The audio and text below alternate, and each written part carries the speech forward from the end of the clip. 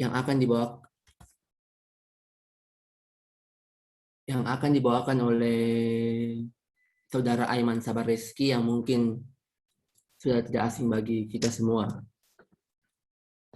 Aiman Sabar Rizky merupakan mahasiswa ilmu pemerintahan angkatan 2018 sekaligus Sekretaris Umum UKM Prisma Visip Unhas periode 2020-2021. Apakah Aiman sudah ada di room? Aiman? Ya, siap Kak Fikri. Oke. Mungkin untuk mengefisienkan waktu, saya arahkan saja ke pemateri, Aiman.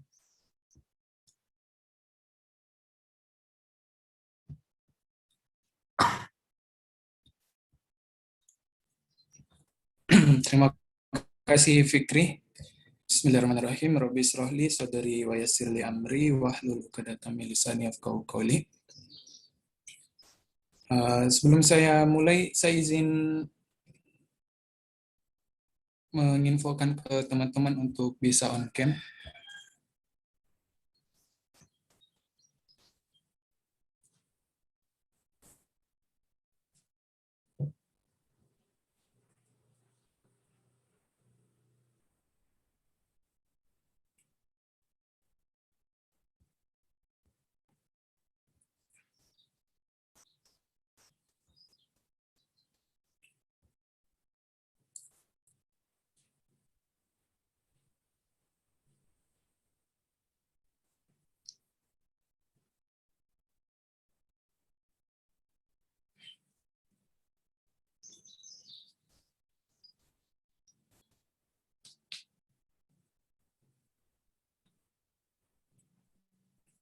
Baik, terima kasih sebelumnya teman-teman. Selamat siang dan salam sejahtera untuk kita semua. Pertama-tama marilah kita memanjatkan puji syukur kehadirat Allah Subhanahu wa taala karena atas limpahan nikmat, taufik dan hidayahnya lah sehingga pada siang hari ini kita masih bisa berkumpul secara virtual untuk melanjutkan rangkaian perkuliahan kita pada mata kuliah ekstrakurikuler 2, karya tulis ilmiah. Salawat serta salam tak lupa pula kita kirimkan kepada junjungan kita Nabiullah Muhammad SAW.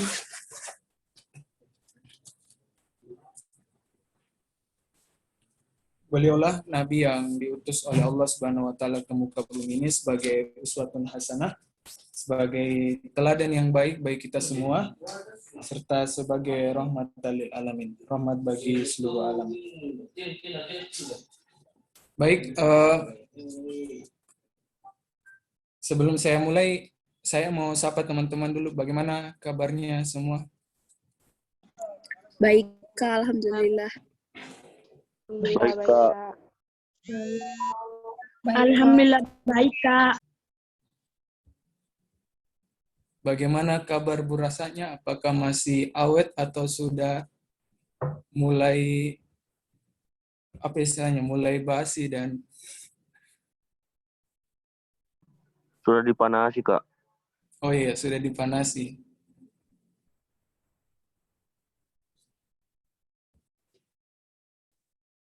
Kalau kue nastarnya, bagaimana kabarnya kue nastar dan kawan-kawan? Udah habis nih, Kak. Membungkus ke orang.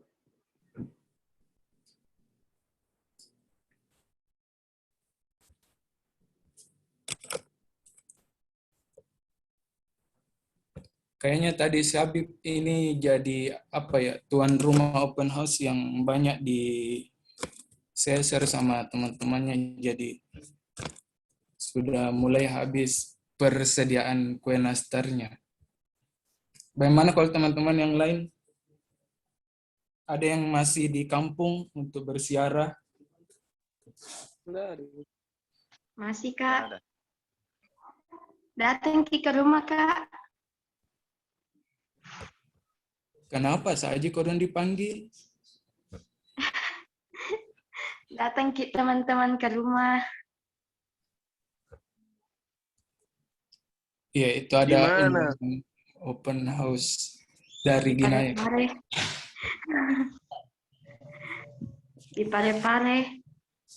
Cukup jika kalau 200 orang datang ke situ. Terlalu dekat, Cina ya. Dekat aja saya dari Bisa Polewali ke Ji, situ. mungkin. Jalan Mai ya. Datang saja. Silaturahmi. OTW.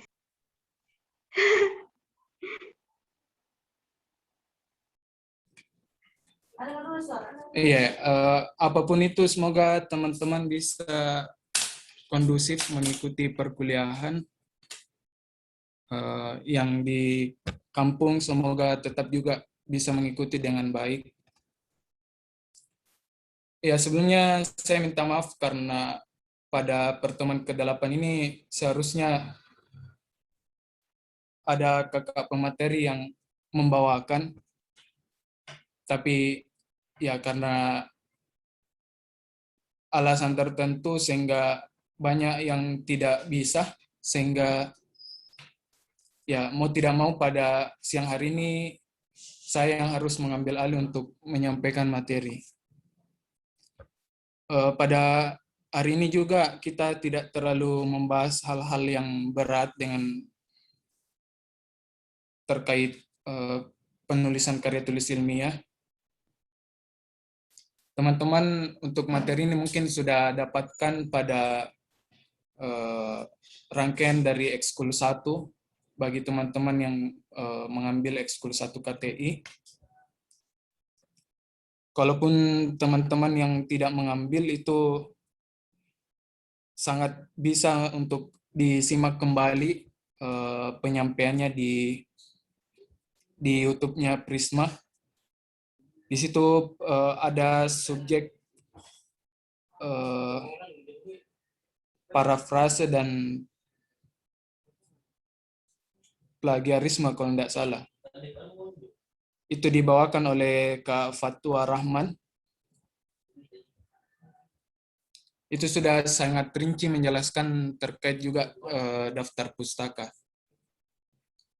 Nah, pada siang hari ini saya coba merefresh kembali pemahamannya teman-teman mengenai penulisan daftar pustaka dan penggunaan lampiran dalam karya tulis ilmiah.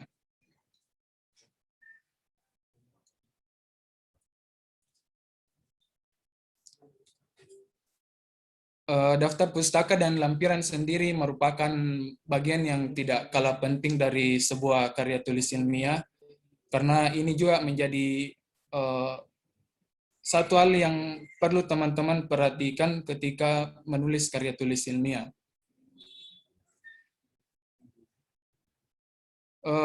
Daftar pustaka dan lampiran menjadi hal yang sangat penting untuk teman-teman ketahui, karena akan menjadi bentuk kesempurnaan hasil dari karya tulis ilmiah teman-teman ketika bisa melampirkan daftar pustaka dan penggunaan lampiran. Sebagus apapun karya tulis ilmiah teman-teman, mulai dari abstrak, bab 1 pendahuluan, dan seterusnya sampai bab 5 kesimpulan, tapi ketika tidak memiliki daftar pustaka, maka itu seolah-olah karya tulis ilmiahnya teman-teman terkesan cacat atau ada sesuatu yang hilang yang tidak tersampaikan dalam karya tulis ilmiahnya teman-teman. Nah, sebelum lebih jauh, saya ingin berinteraksi dengan teman-teman supaya perkuliahan kita jangan selalu terkesan satu arah atau dalam artian hanya pemateri saja yang berbicara, sementara teman-teman hanya mendengarkan atau mungkin asik dengan kesibukannya masing-masing. Nah, pertanyaan mendasar untuk perkuliahan kita pada siang hari ini, apa yang kamu ketahui mengenai daftar pustaka? Mungkin dari teman-teman ada yang mau menyampaikan pendapatnya, silakan.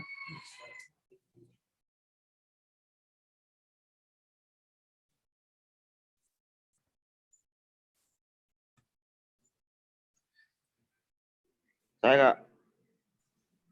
Iya, silakan sebut nama dan prodi, Tak. Assalamualaikum warahmatullahi wabarakatuh. Perkenalkan, nama saya Muhammad Syekh Wahyudi dari Prodi Ilmu Komunikasi. Menurut saya, daftar pustaka adalah bagian akhir dari sebuah laporan atau makalah yang biasanya berisi sumber-sumber dari mana isi laporan tersebut berasal atau link-link. Gitu Kak, menurut saya. Terima kasih. Oke, terima kasih Muhammad Syakib dari Komunikasi. Teman-teman yang lain, ada yang punya pendapat?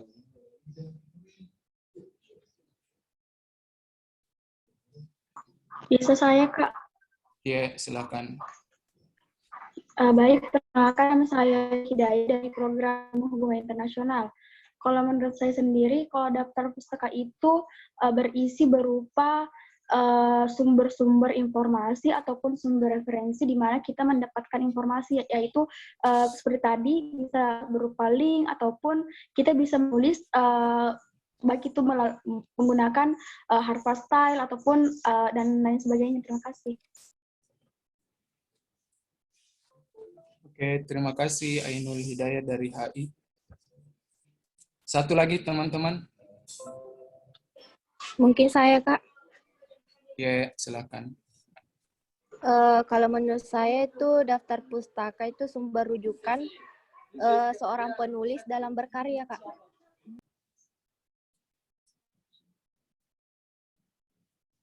Oke, terima kasih Nurul Islamia dari Ilmu Pemerintahan. Ya, sekali lagi mengenai daftar pustaka sebenarnya teman-teman sudah explore lebih jauh pada pertemuan-pertemuan di ekskul 1. Tapi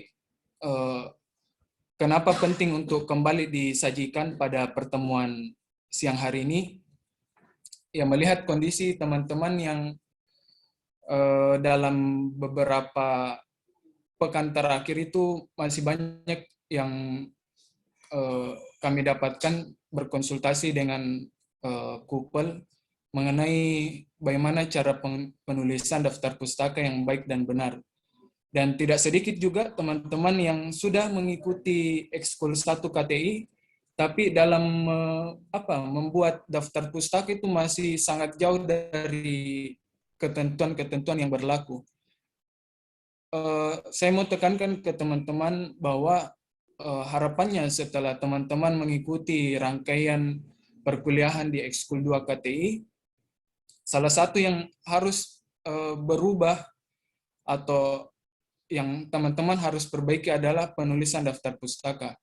Jangan sampai kesannya teman-teman sudah mengikuti ekskul 1 KTI, kemudian lanjut ekskul 2 KTI, tapi dalam hal penulisan daftar pustaka itu masih dalam tanda kutip masih amburadul atau kacau balau begitu.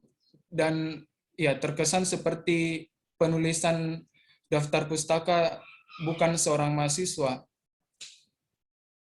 Sebab tidak jarang juga kami perhatikan dari pengalaman kuliah, masih ada bahkan teman-teman kami yang dalam menulis daftar pustaka itu hanya melampirkan link, dan ya yang parahnya lagi karena link yang digunakan adalah link yang terkategori seperti Blogspot dan WordPress, dan ya yang kita ketahui bersama bahwa hal-hal seperti itu sangat tidak dianjurkan dalam penulisan karya tulis ilmiah.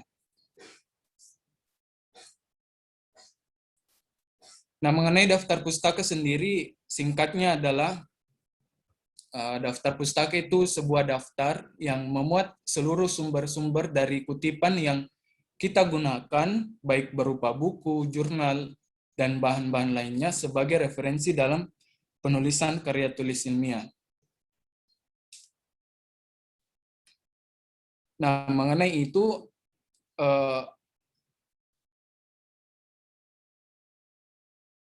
ya, yang perlu teman-teman garis bawahi adalah memuat seluruh sumber dari kutipan yang digunakan. Teman-teman sudah mempelajari di bab 1 pendahuluan, kemudian di bab 2 pembahasan. di dua bab ini umumnya menggunakan teman-teman biasanya menggunakan kutipan dari buku, jurnal dan lain-lain. Nah, biasanya di bagian awal itu teman-teman biasa menuliskan seperti ini. Menurut Ainul Hidayah dalam kurung 2020, karya tulis ilmiah adalah titik-titik. Nah, itu. Titik-titik penjelasannya secara lengkap, kemudian di akhir ditulis Ainul Hidayah, 2020. Nah, dalam penulisan daftar pustaka, kutipan-kutipan seperti inilah yang kemudian teman-teman harus cantumkan di daftar pustaka. Dari mana sumbernya teman-teman mengambil kutipan-kutipan tersebut.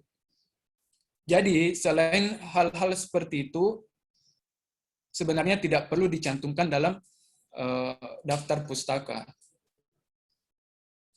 Untuk lebih lanjut, sebentar akan kita bahas bagaimana sistematika penulisan dalam daftar pustaka. Ya, sebelum juga kita melangkah lebih jauh, perlu kita tahu sebenarnya apa tujuan penulisan dari daftar pustaka. Yang pertama adalah menghindari tindakan plagiat. Sebelum saya lanjut, saya minta pendapatnya dong dari teman-teman, apa yang teman-teman ketahui terkait plagiat itu seperti apa? Ada yang bisa menyampaikan argumen atau pendapatnya?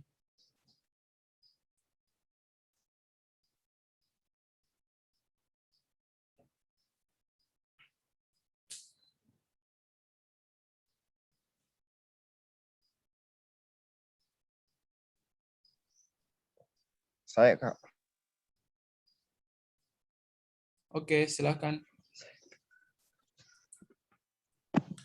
Oke, baik. Kalau menurut saya itu, Kak, plagiat itu kayak semacam meniru, tapi meniru ya ditiru betul seperti yang tertulis di sumbernya, Kak.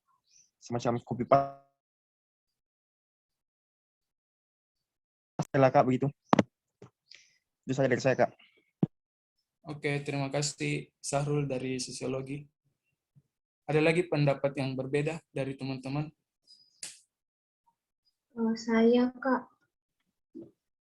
Oke, silakan. Kalau menurut saya, Kak, plagiat itu suatu tindakan mengambil ciptaan, baik itu berupa karangan, pendapat, atau apapun itu yang dimiliki oleh orang lain dan diakui sebagai milik kita sendiri.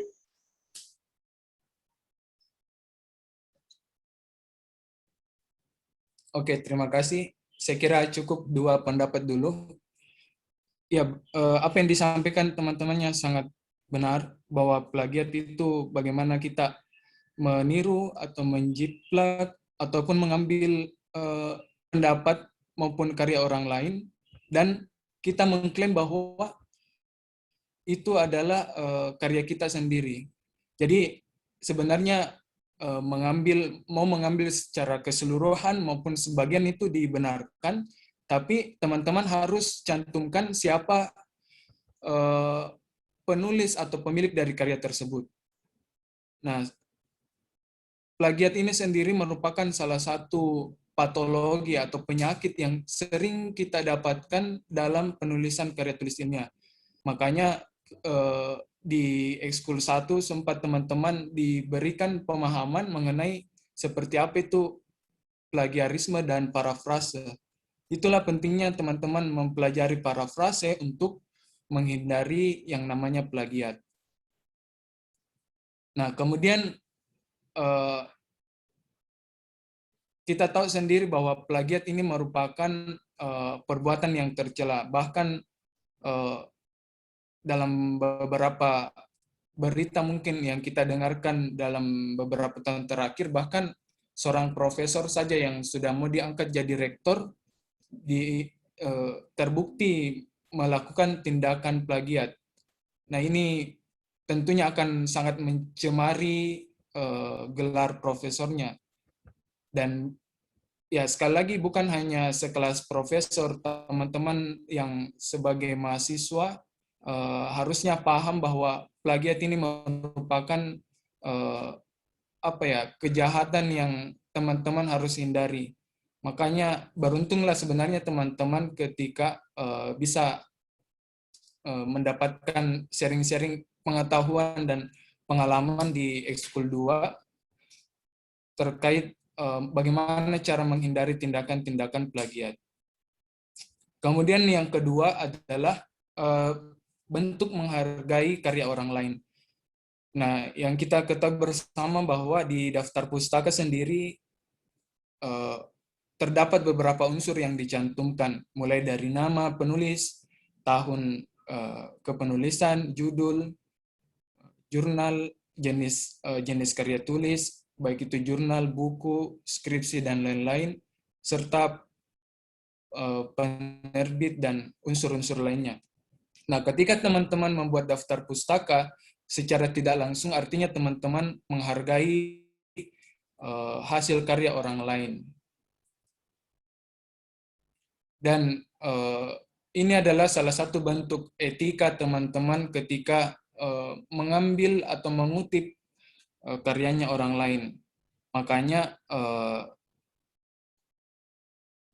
kita sangat dianjurkan dalam penulisan karya tulis ilmiah itu untuk selalu menuliskan siapa yang punya pendapat seperti ini, kemudian siapa yang memiliki karya ini, karena sekali lagi berkorelasi dengan perbuatan plagiat tadi. Ketika kita tidak mencantumkan siapa penulis dari karya ini, maka secara tidak langsung mau kita mengklaim ataupun tidak, maka orang lain pasti berpendapat bahwa kutipan ini adalah milik kita, padahal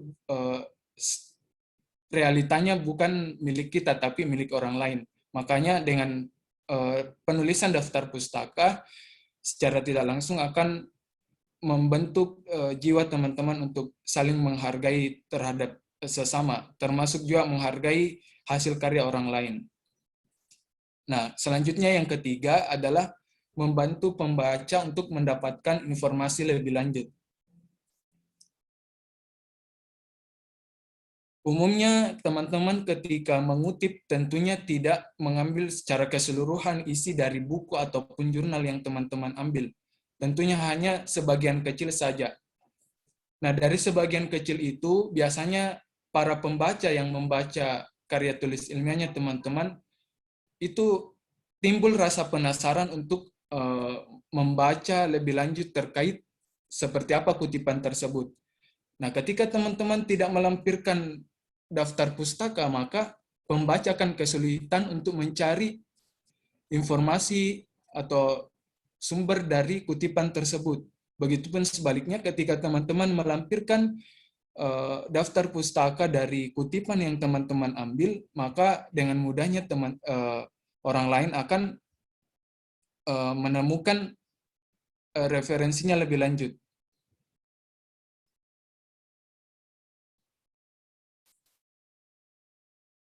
Sebab tidak jarang teman-teman topik dalam karya tulis ilmiah itu sama, tapi tentunya ada perbedaan-perbedaan pendapat, dan itu akan membantu teman-teman untuk mendukung atau menguatkan argumennya teman-teman dalam karya tulis ilmiah. Makanya sama juga ketika teman-teman mencari sumber di jurnal, hanya mau mengeksplor lebih jauh terkait kutipan tersebut, maka langkahnya teman-teman adalah dengan melihat di bagian daftar pustakanya untuk mencari jurnalnya lebih lanjut. Nah, dari 3 tujuan penulisan daftar pustaka ini, kira-kira teman-teman punya pendapat lain? Apa kira-kira tujuan lain dari penulisan daftar pustaka? Mungkin dari teman-teman ada yang mau berpendapat?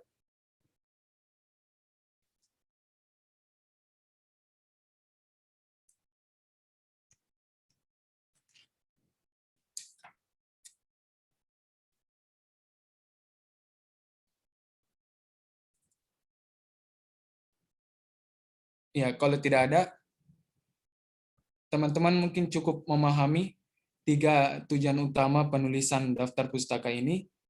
Kemudian, ya, selanjutnya kita beralih ke sistematika penulisan daftar pustaka. Yang pertama, hanya referensi-referensi yang disebut dalam teks utama yang dimasukkan dalam daftar pustaka. Nah, ini yang di bagian awal tadi saya sampaikan teman-teman bahwa hanya kutipan-kutipan yang teman-teman ambil yang dimasukkan dalam daftar pustaka. Jadi selain itu, baik itu mungkin pendapat pribadi itu tidak perlu dicantumkan dalam daftar pustaka. Hanya sumber-sumber referensi yang teman-teman ambil, yang kemudian teman-teman cantumkan dalam karya tulis ilmiahnya teman-teman yang dimasukkan dalam daftar pustaka.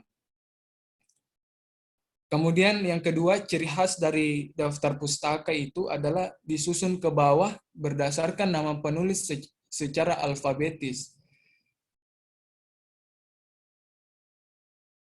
Ya, ini juga yang menjadi sering kesalahannya teman-teman ketika menulis daftar pustaka. Jadi, dalam penulisan daftar pustaka itu selalu diawali dengan diurutkan secara atau menurut abjad. Jadi mulai dari huruf A sampai Z. Nah, tentu kita masih sering dapat teman-teman yang mengacak penulisan daftar pustakanya, dan sering juga didapatkan cara penulisannya itu berdasarkan dari berdasarkan dari yang mana yang duluan dikutip. Jadi misalnya di bagian latar belakang itu kutipan pertama, biasanya dicantumkan itu juga di bagian atas, padahal tidak. Daftar pustaka harus kita susun berdasarkan nama penulis secara alfabet atau sesuai dengan abjad. Harus mulai dari huruf A sampai Z. Nah, yang ketiga juga anjuran yang teman-teman harus perhatikan dalam sistematika penulisan daftar pustaka adalah sebaiknya dikelompokkan sesuai jenisnya. Jadi ini yang sebenarnya teman-teman harus dahulukan. Jadi teman-teman coba kelompokkan dulu yang mana sumber referensinya teman-teman dari buku, yang mana dari jurnal, yang mana dari website, dan lain-lain. Nah, kemudian dari jurnal itu, misalnya sumber-sumber dari jurnal itu yang kemudian diurutkan kembali dari huruf A sampai Z. Kemudian lanjut lagi sumber dari buku, diurutkan lagi dari huruf A sampai Z. Begitu seterusnya. Nah, yang keempat. Gimana gitu? Coba lihat kamera belakang.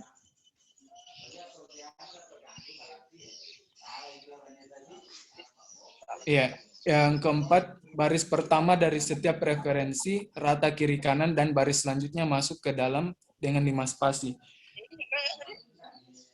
Nah, tentu teman-teman sering perhatikan dalam penulisan daftar pustaka itu di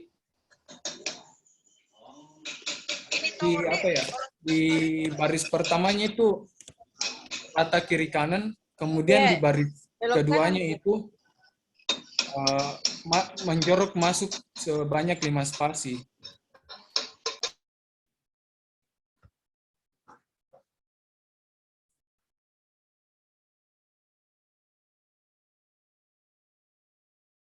Saya kira teman-teman sudah paham soal itu,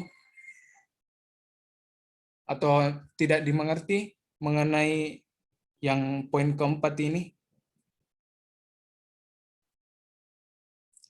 Baris pertama dari setiap referensi, rata kiri kanan, dan baris selanjutnya masuk ke dalam dengan 5 spasi. Iya, saya kira teman-teman paham. Kalaupun tidak paham, sebentar kita coba perlihatkan contoh penulisan daftar pustaka. Kemudian yang kelima, sedapat mungkin menggunakan sumber referensi yang mutakhir atau 3-5 tahun terakhir dengan komposisi 70% berupa artikel dari jurnal ilmiah dan 30% adalah sumber lainnya.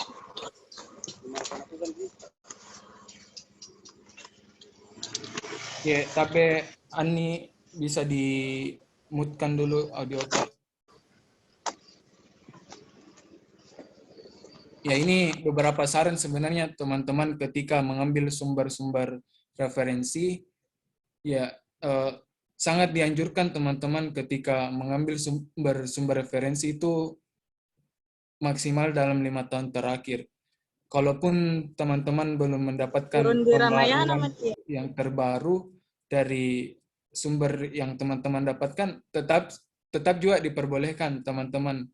Bahkan tidak sedikit masih kita temukan mungkin dalam pengambilan referensi itu masih ada yang mengambil tahun-tahun 1900-an. Walaupun sebenarnya sangat dianjurkan dalam penulisan karya tulis ilmiah itu menggunakan referensi yang mutakhir atau maksimal 5 tahun terakhir. Nah, sebaiknya juga komposisinya itu berupa 70% teman-teman mengambil dari artikel jurnal ilmiah dan 30% dari sumber lainnya. Sumber lainnya di sini yang dimaksud baik itu buku, website, proceeding, dan lain-lain.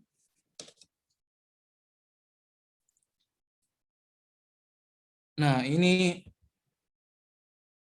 poin yang saya harap teman-teman perhatikan dengan baik. Ya, mengenai format penulisan daftar pustaka, sebenarnya ada sangat banyak jenisnya teman-teman. Dan itu sangat tergantung dari kebijakan instansi yang mengeluarkan. Maksudnya apa? Semisal teman-teman nantinya di semester-semester akhir menggunakan dalam menyusun skripsi, itu ketentuan bagaimana format atau gaya kepenulisan daftar pustakanya teman-teman itu sangat tergantung dari kebijakan departemen atau fakultas masing-masing. Nah, pada kesempatan ini saya coba perlihatkan teman-teman mengenai bagaimana format penulisan Harvard Style. Format penulisan ini sebenarnya yang paling umum digunakan oleh teman-teman, dan ini juga yang paling mudah untuk kita buatkan daftar pustakanya. Dan ya, kami harap juga ketika teman-teman mungkin selanjutnya di semester 3 sampai akhir ketika diberikan tugas untuk membuat makalah dan sejenisnya, itu bisa untuk menggunakan gaya kepenulisan Harvard Style. Gaya kepenulisan Harvard Style juga ini ada banyak lagi cabangnya. Makanya teman-teman untuk memahami format penulisan ini kembali lagi untuk semakin banyak membaca referensi. Nah, yang pertama, bagaimana penulisan ketika mengambil dari buku? Ya, teman-teman bisa sambil baca juga di HP-nya, di perangkatnya masing-masing. Di sini adalah penulis 1, penulis 2, dan seterusnya. Kemudian nama belakang, aturannya dalam penulisan nama penulis itu nama belakang, kemudian nama depan disingkat. Selanjutnya, tahun publikasi. Ya, ingat teman-teman, tahun publikasi. Bukan tahun awal teman-teman menulis. Jadi semisal teman-teman menulis di awal bulan Desember tahun 2020, tapi publikasinya tahun 2021, maka yang mana dimasukkan yaitu tahun publikasi karya tulis ilmiahnya teman-teman, yaitu tahun 2021.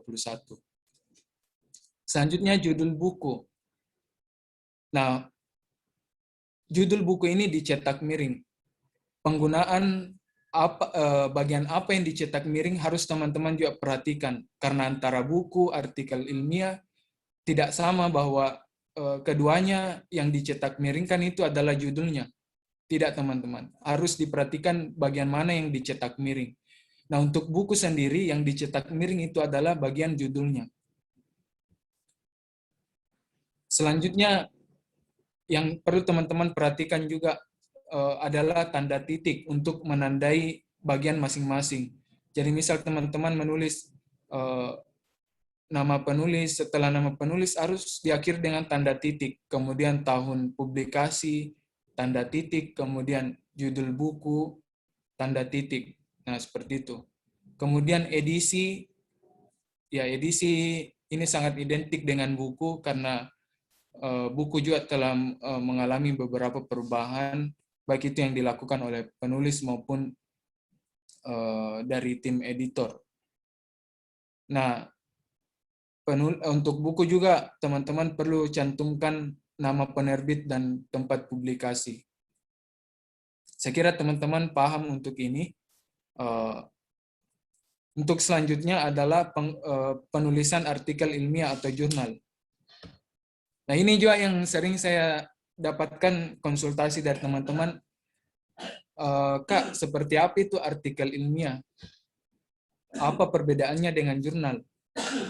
Jadi, ya teman-teman harus pahami bahwa jurnal itu sebenarnya adalah kumpulan dari beberapa artikel ilmiah. Sementara artikel ilmiah itu bagian dari jurnal itu sendiri. Nah, teman-teman ketika misalnya mendownload jurnal di Google dalam bentuk PDF, sebenarnya itu dinamakan sebagai artikel ilmiah. Adapun jurnal itu ada sangat banyak di dalamnya artikel-artikel ilmiah. Dan kalau kita melihat jurnal itu biasanya ada sampulnya teman-teman, dan di sampulnya itu dicantumkan judul-judul artikel ilmiah yang ada di dalamnya. Saya kira teman-teman juga sudah sering mendapatkan tuh seperti apa itu jurnal. Cuma dalam penggunaan kita sehari-hari biasa artikel ilmiah yang kita maksud itu kita sebutkan dengan jurnal. Tapi saya kira tidak masalah selagi teman-teman bisa membedakan bagaimana itu artikel ilmiah dan jurnal.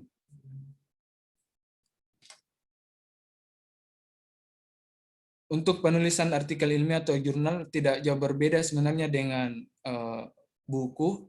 Yang menjadi ciri khas untuk artikel ilmiah atau jurnal adalah adanya nama jurnal.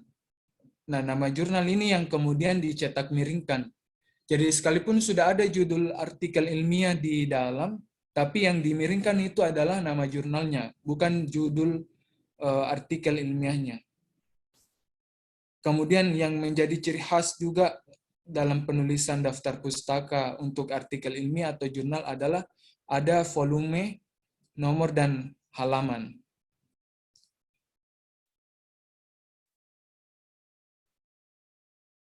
Nah, ini juga teman-teman yang harus perhatikan ketika mengambil artikel ilmiah atau jurnal, karena tidak sedikit juga kita menemukan artikel yang tidak dicantumkan nama jurnalnya, kemudian tidak dicantumkan volumenya, volume dan nomornya. Jadi saran saya sebelum teman-teman mengambil artikel itu, kembali diperhatikan dulu hal-hal seperti ini. Jangan sampai teman-teman sudah terlanjur mengutip, tapi ternyata tidak ada nama jurnalnya, kemudian tidak dicantumkan volume dan nomornya. Tentunya teman-teman akan bekerja ekstra lagi untuk mencari poin-poinnya. Makanya sangat dianjurkan untuk teman-teman sebelum menggunakan referensi tersebut, memperhatikan kembali hal-hal seperti ini. Nah, kemudian ada juga proceeding seminar atau konferensi. Jadi proceeding itu sebenarnya mirip dengan jurnal. Yang membedakan adalah proceeding itu dikeluarkan setelah pelaksanaan konferensi. Jadi teman-teman mungkin di jurusan HI sangat sering mendengar hal-hal seperti ini. Dan ya sangat sering menemukan proceeding seminar atau konferensi.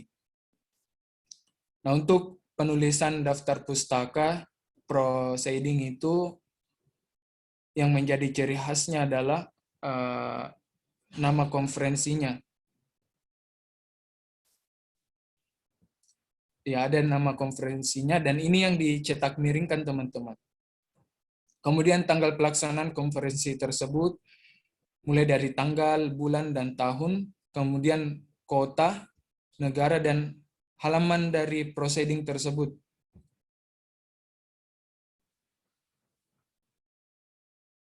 Nah, selanjutnya untuk tugas akhir, baik itu skripsi, tesis, maupun disertasi. Nah, yang menjadi ciri khasnya adalah di bagian jenisnya. Teman-teman harus perhatikan jenisnya. Ketika menulis jenisnya, baik itu skripsi, tesis, atau disertasi, itu harus dicetak miringkan. Dan setelah dicetak miringkan, selanjutnya dicantumkan universitas dari skripsi atau tesis maupun disertasi tersebut. Semisal nanti, semisal saya menulis nantinya skripsi, misal nama lengkap saya Aiman Sabar Rezeki, maka Rezeki, A.S. 2021, kemudian judul skripsi saya. Nah, selanjutnya skripsi. Nah, skripsinya ini yang saya harus kasih miringkan. Kemudian Fakultas Ilmu Sosial dan Ilmu Politik Universitas Hasanuddin. Nah, itu teman-teman ketika mengutip dari skripsi. Permasalahan juga yang sering teman-teman dapatkan ketika mengambil dari Google itu biasanya hanya menemukan penggalan atau sebagian dari isi skripsi. Misalnya hanya menemukan bab 2 saja atau bab 1 saja. Nah, kalau kami boleh saran, ya sebelum digunakan harus diperhatikan kembali poin-poin seperti ininya. Kalau sudah lengkap, teman-teman boleh gunakan, tapi kalau tidak lengkap poin-poinnya, tidak ditahu nama judul skripsinya apa, dari universitas mana, sarannya sebaiknya tidak usah diambil dari jenis-jenis seperti itu, karena ya nantinya akan menyulitkan juga teman-teman ketika menulis daftar pustakanya. Nah, selanjutnya website. Nah, ini yang teman-teman sering gunakan. Di website itu, dia sama dengan buku. Yang dicetak miringkan itu adalah judulnya. Kemudian dilampirkan juga alamat URL-nya. Atau link teman-teman mengakses artikel dari website tersebut. Kemudian jangan lupa dilampirkan juga kapan teman-teman mengakses berita tersebut. Sangat kentara itu teman-teman ketika jujur dalam mengakses tulisan tersebut dengan tidak. Semisal teman-teman hari ini mengakses tanggal 16 Mei 2021 dan teman-teman gunakan misal di bulan Desember nanti, dan teman-teman tuliskan kembali bahwa diakses tanggal 16 Mei 2021. Nah, cek per cek ternyata link yang teman-teman maksud sudah hilang atau sudah tidak ada lagi. Nah, artinya teman-teman secara tidak langsung berbohong dalam menggunakan menggunakan website tersebut. Makanya teman-teman ketika misalnya diakses hari ini, maka teman-teman harus tuliskan bahwa diakses pada tanggal hari ini juga. Jangan mengada-ngada untuk bahwa sudah diakses jauh-jauh hari sebelumnya, ataupun untuk apa istilahnya, untuk mencari aman bahwa teman-teman sudah mengakses jauh-jauh hari. Nah, di sini kembali kejujurannya teman-teman, karena khawatirnya seperti itu, nanti kita bilang akses beberapa hari yang lalu, ternyata alamat yang teman-teman masukkan itu sudah tidak ada. Nah, itu untuk penulisan daftar pustaka. Selanjutnya kita beralih ke penggunaan lampiran dalam karya tulis ilmiah. Nah, sebelum saya membahas lebih lanjut, saya meminta lagi pendapatnya teman-teman.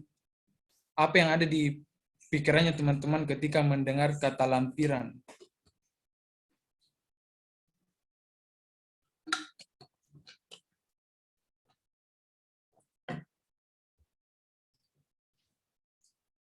Ya, ada yang bisa berpendapat?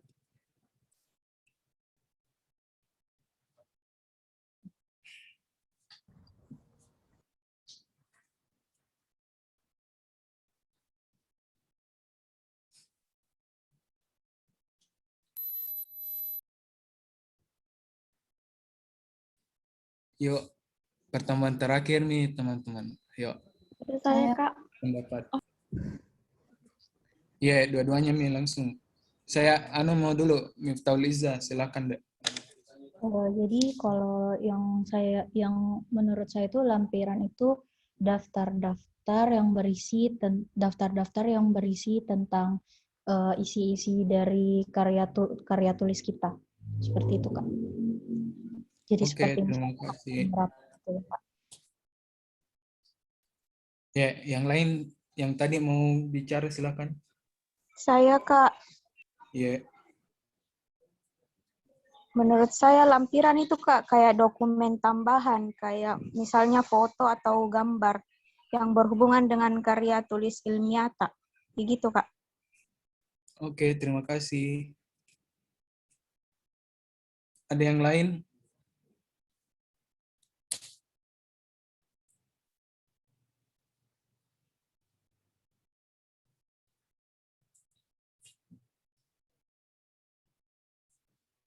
Oke, kita cukupkan 2 supaya mengefisienkan waktu.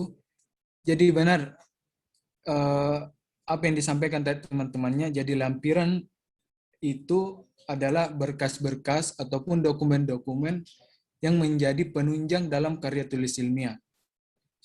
Ada 2 aspek yang harus teman-teman perhatikan ketika menggunakan lampiran. Pertama adalah memuat hal-hal yang dianggap perlu untuk disajikan dalam rangka memperjelas dan melengkapi hasil penelitian. Ya, tepat yang disampaikan tadi temannya, seperti teman-teman ketika meneliti, nah misalnya teman-teman menggunakan metode kualitatif, dan cara pengambilan datanya teman-teman adalah dengan menggunakan wawancara. Nah, khawatirnya mungkin teman-teman nanti ditanyakan sama dosennya, kamu wawancaranya sama siapa, kemudian di mana, dan apa buktinya kamu sudah wawancara. Nah, hal-hal seperti itu yang kemudian dilampirkan dalam, ya dimasukkan dalam lampiran. Jadi baik dokumentasi fotonya teman-teman saat melakukan wawancara, itu bisa sekali untuk dicantumkan di lampiran. Kemudian aspek kedua adalah memberikan beberapa penjelasan-penjelasan yang lebih detail yang dianggap perlu di dalam penulisan karya tulis ilmiah, tetapi dirasa mengganggu jika diletakkan di dalam bagian proposal. Maksudnya ini diletakkan di dalam bagian pembahasan. Tidak sedikit begini teman-teman. Misalnya kita membuat tabel ketika menggunakan misalnya metode kuantitatif. Nah, tabel itu panjang dan panjang kali lebar bentuk tabelnya. Dan ketika kita masukkan itu tidak bisa ketika bentuk halaman itu potret, harus landscape untuk bisa baca dengan baik tabelnya itu. Maka tabel-tabel seperti itu yang maksudnya banyak nomornya dan panjang penjelasannya itu biasanya terkesan mengganggu ketika dimasukkan di bagian pembahasan. Maka ini gunanya ada lampiran, jadi teman-teman bisa masukkan tabel tersebut untuk dimasukkan di dalam lampiran. Nanti teman-teman sisa akali dengan menuliskan kalimat, misalnya sudah ada penjelasannya, nanti di bagian akhirnya teman-teman kasih dalam kurung, lihat di lampiran keberapa, daftar tabelnya itu dimasukkan di lampiran 3. Nanti teman-teman tulis lihat di lampiran nomor 3, seperti itu.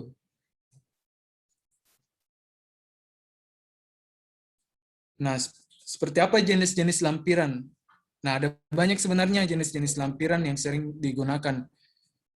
Lampiran yang digunakan itu sangat tergantung dari aturan yang dikeluarkan dari instansi terkait. Misalnya teman-teman ketika menulis skripsi, nah biasanya itu yang skripsi itu yang dimasukkan seperti dokumentasi kegiatan wawancara, kegiatan penelitian. kemudian bukti surat pernyataan dari instansi tempat teman-teman wawancara bahwa teman-teman sudah melakukan penelitian di sana. Nah, itu bisa dilampirkan di bagian lampiran-lampiran. Ada banyak sebenarnya teman-teman. Di sini saya cuma masukkan 6 bagian yang mungkin teman-teman setidaknya bisa kenali contoh-contoh atau jenis-jenis lampiran. Pertama, jadwal kegiatan. Nah, jadwal kegiatan ini berisi susunan kegiatan yang telah atau akan dilakukan sesuai dengan waktu dan lama pelaksanaan kegiatan.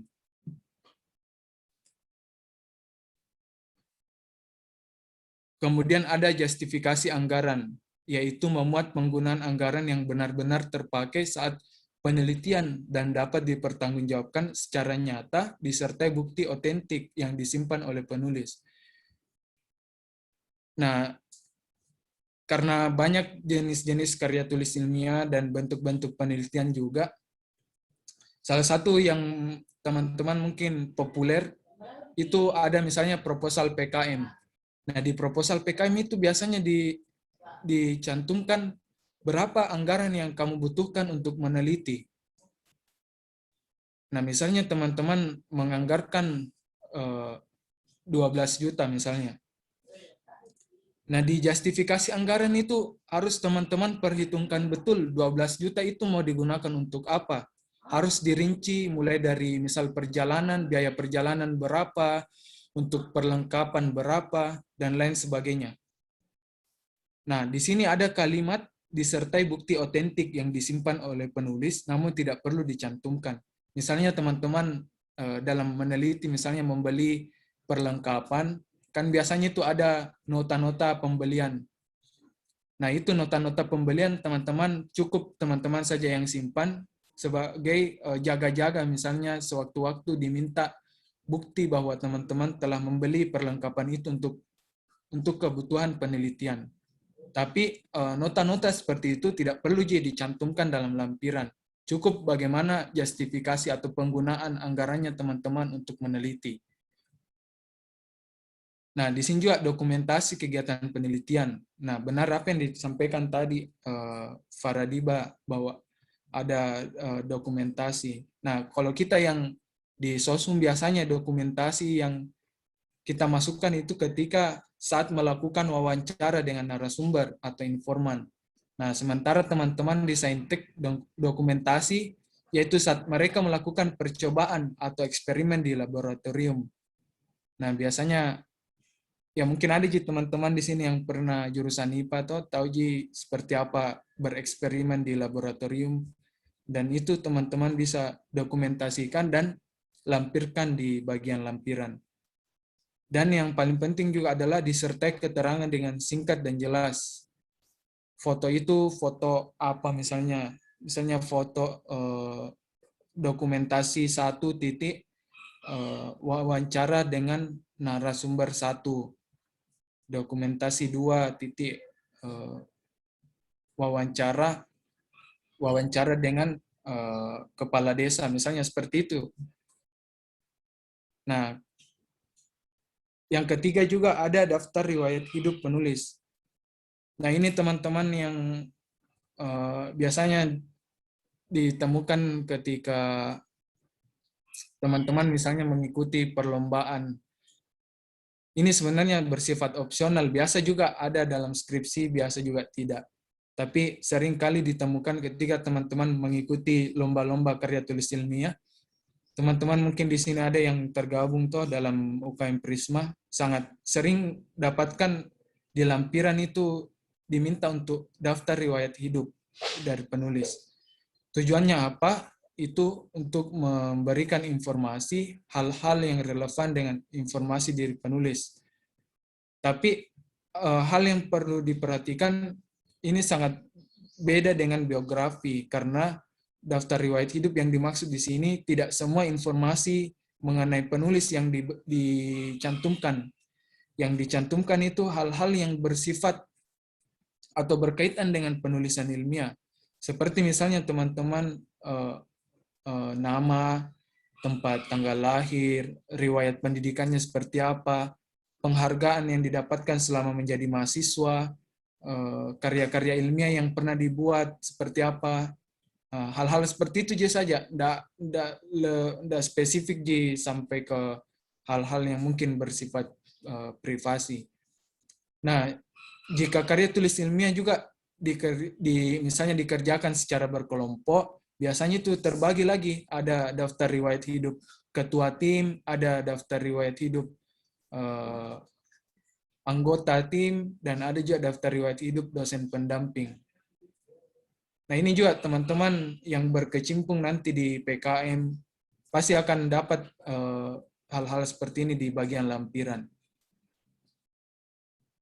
Nah, selanjutnya ada hasil pengolahan data penelitian, tabel, bagan, grafik, peta, ataupun diagram. Nah, ini tadi yang saya maksud ketika teman-teman tabelnya terlalu besar dan tidak bisa dibaca ketika dalam bentuk potret, harus landscape, itu sebaiknya dicantumkan di lampiran saja, tidak usah dimasukkan dalam pembahasan.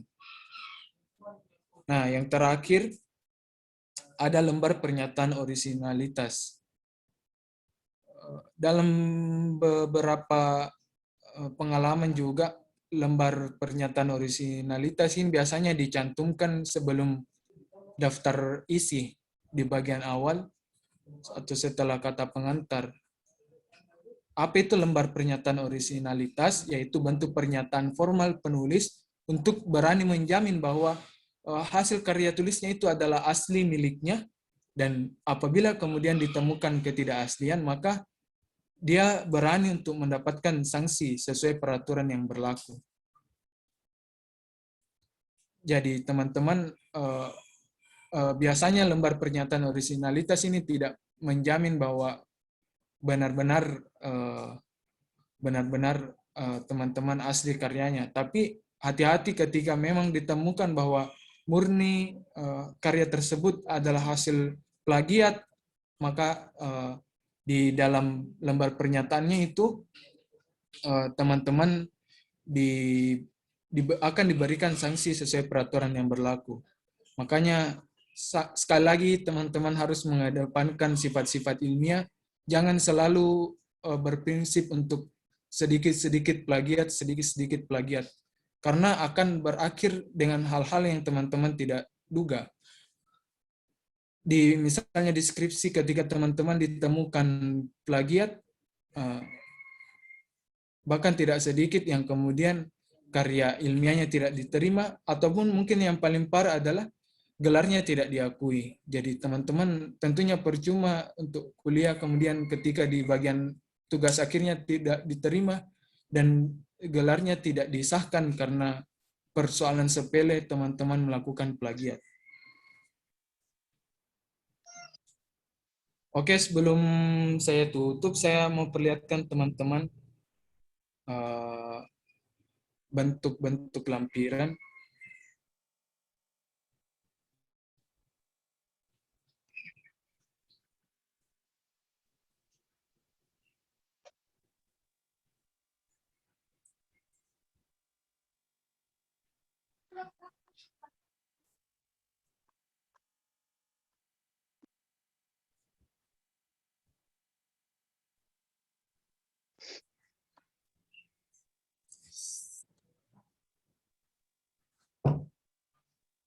Nah, ini tadi. Bisa dilihat, teman-teman? Bisa, Kak. Bisa, Kak. Ini tadi, lampiran misalnya jadwal kegiatan. Nah, misalnya teman-teman menargetkan penelitian selama 5 bulan. Nah, 5 bulan itu apa saja yang teman-teman lakukan? Misalnya penyusunan proposal di bulan pertama, pekan 2, pekan 3, dan pekan 4, serta pekan pertama bulan kedua. Nah, pengumpulan proposal. Ini agak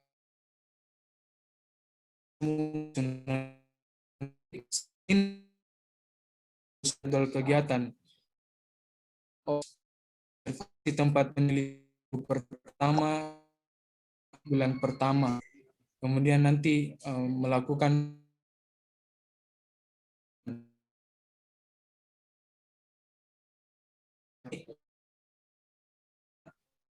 teman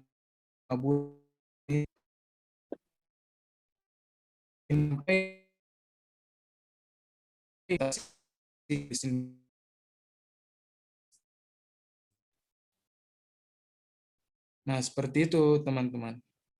Nah, totalnya di sini misalnya tadi saya bilang teman-teman menganggarkan 12 juta.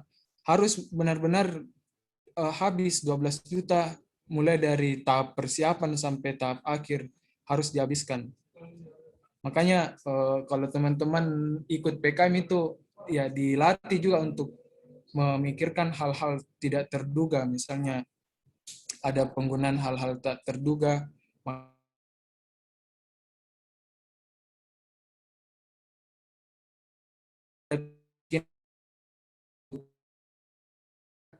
dan itu membutuhkan anggaran. Tapi sekali lagi kebutuhan tidak terduga itu tidak bisa lebih, itu yang paling besar karena harus hal-hal kecil sebenarnya yang ada di kebutuhan tidak terduga. Misalnya mungkin sewaktu-waktu teman-teman misalnya penggunaan internet mungkin yang teman-teman tidak cantumkan, tapi itu dibutuhkan untuk bagian dari penelitian, maka itu bisa nanti teman-teman gunakan biaya lain-lain ini untuk membeli kuota internet, seperti itu.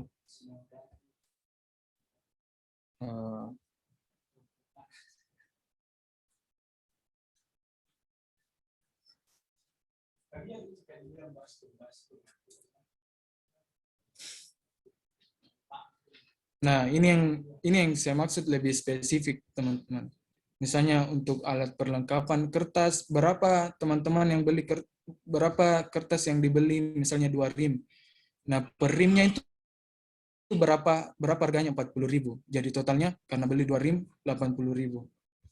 Jadi ya kompleks penelitian teman-teman, bukan hanya ketika turun lapangan, tapi benar-benar diperhitungkan mulai dari perencanaan, observasi lokasi penelitian, termasuk juga anggaran-anggaran penelitian. Nah, ini tadi jadwal penelitian. Nah, yang saya sampaikan di awal juga bahwa lampiran itu tergantung dari kebijakan. Ada juga yang misalnya meminta seperti ini, surat permohonan menjadi responden penelitian, dan itu minta dilampirkan, teman-teman harus lampirkan itu. Ini juga misalnya respondennya teman-teman setuju untuk dijadikan sumber informasi, mereka harus juga menulis ini dalam di atas kertas, kemudian teman-teman lampirkan di bagian lampiran.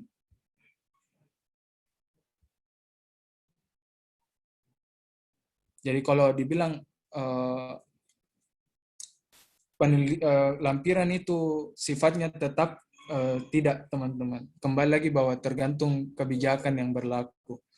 Bahkan hal-hal kecil seperti ini, kuesioner penelitian, ketika teman-teman menggunakan metode kuantitatif, biasanya diminta bagaimana format kuesionernya kamu ketika meneliti di lapangan. Nah, teman-teman bisa lampirkan bahwa seperti ini kuesioner yang saya berikan kepada informan-informan saya.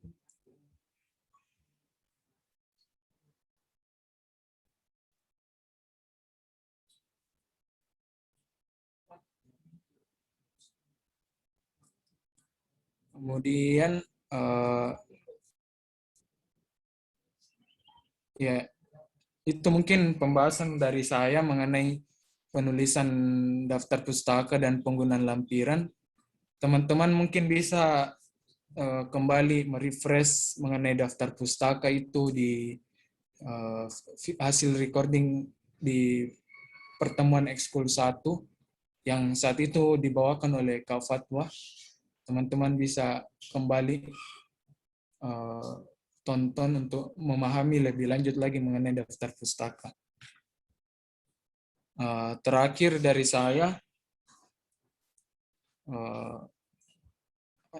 mau menyampaikan prinsip hidup yang mungkin bagus kita terapkan sama-sama, yaitu tanamlah sebuah kebaikan hari ini, maka itu pula yang kau tuai di kemudian hari.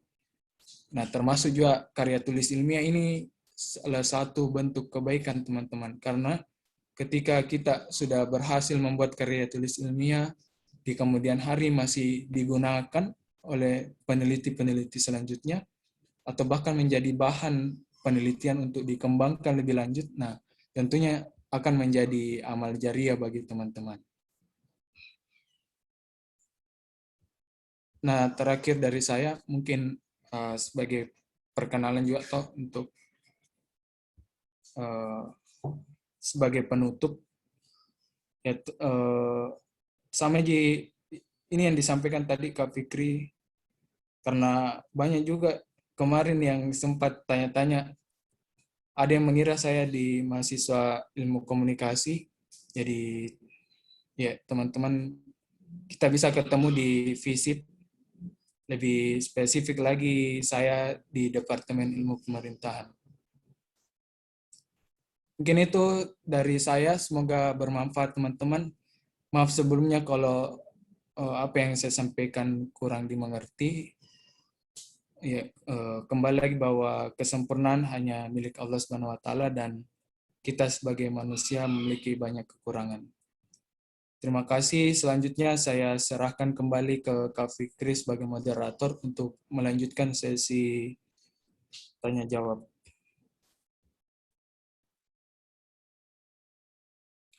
Terima kasih Kak Aiman, materi yang sangat bermanfaat yang baru saja dibawakan oleh Kak Aiman Sabareski. Selanjutnya untuk sesi pertama saya buka 3 kesempatan bagi peserta untuk bertanya jika masih ada yang ingin atau masih ada yang belum dimengerti.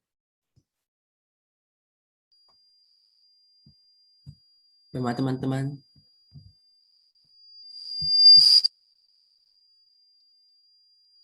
Yusuf, mau bertanya?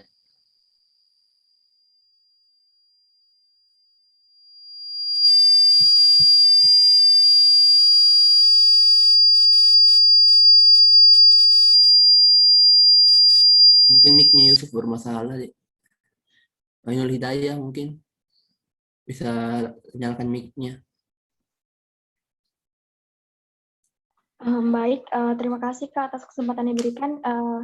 Yang ingin saya tanyakan itu mungkin tadi tidak sempat dibahas oleh Kak Iman, tapi yang ingin saya tanyakan itu terkait dengan seperti adanya footnote. Nah, yang ingin saya tanyakan itu apakah ada perbedaan atau misalnya jika kita menulis di footnote itu apakah ditulis ulang lagi daftar pustaka ataukah ada yang membedakan antara kedua hal tersebut, karena terkadang kalau kita mengerjakan kayak tugas ataupun hal-hal yang lain itu terkadang ada yang meminta untuk diberikan footnote. Terima kasih.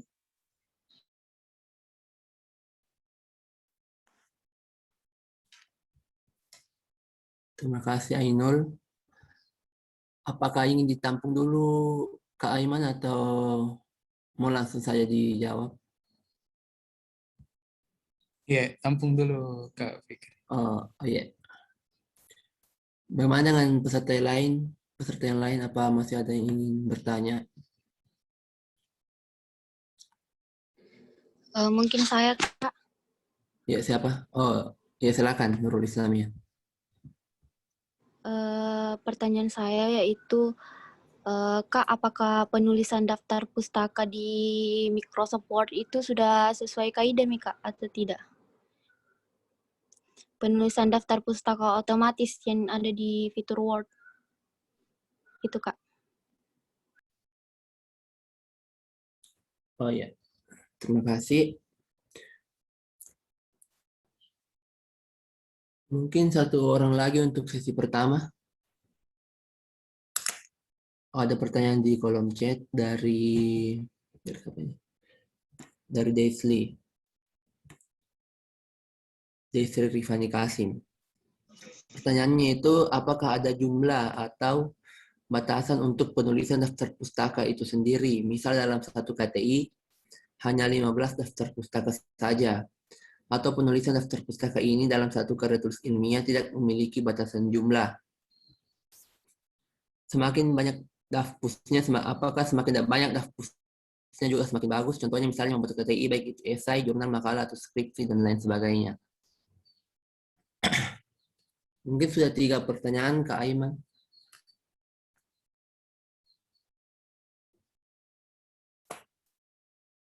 Tadi pertanyaannya ini soal catatan kaki atau footnote.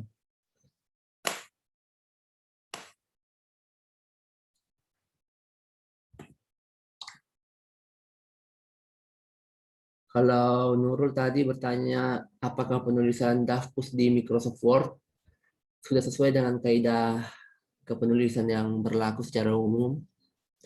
Dan pertanyaannya Jesli soal batasan minimal DAFPUS.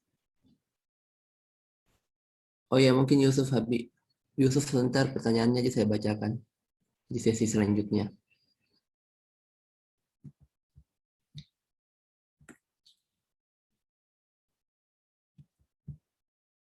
Bagaimana Kak Aiman?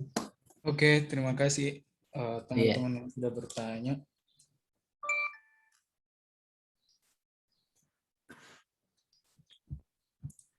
Ya, pertama dari Ainul Hidayah mengenai footnote.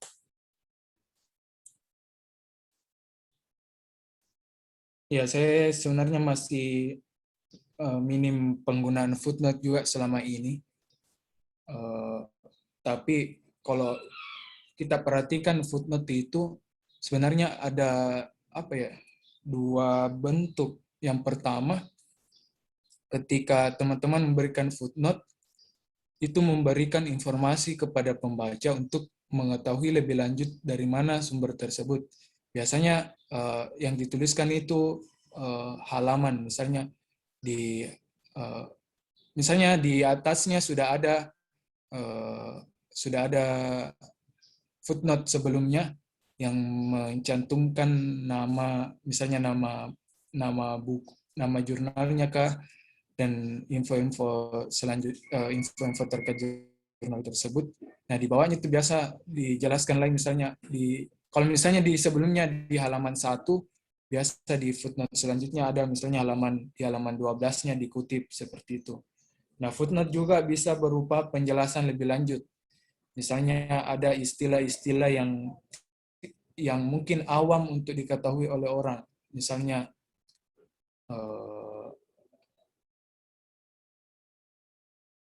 dalam kebanyakan itu misalnya dalam bahasa Arab, misalnya ada misalnya kalimat Islamlah secara kafah. Kafah itu kan bahasa Arab. Kita orang Indonesia mungkin tidak tahu apa itu kafah. Nah, kafah ini bisa diberikan footnote, diberikan lebih lanjut. Apa definisi dari kafah itu? Misalnya kafah kan secara bahasa mungkin artinya menyeluruh, tapi kita perlu penjelasan lebih lanjut. Menyeluruh di sini yang dimaksudkan seperti apa? Nah, penulisan footnote dan daftar pustaka biasanya itu memang agak berbeda sih. Saran saya mungkin Ainul mungkin kan ikut GX School 1. Saya sarankan kembali lagi itu ditonton materinya Kak Fatwa. Saya tidak mau memberikan penjelasan yang mungkin saya belum kuasai dengan baik. Tapi saya rasa sudah dijelaskan pernah sama Kak Fatwa mengenai perbedaan penulisan di footnote dengan daftar pustaka. Tapi secara spesifik ada perbedaan lah penulisan di footnote dengan daftar pustaka.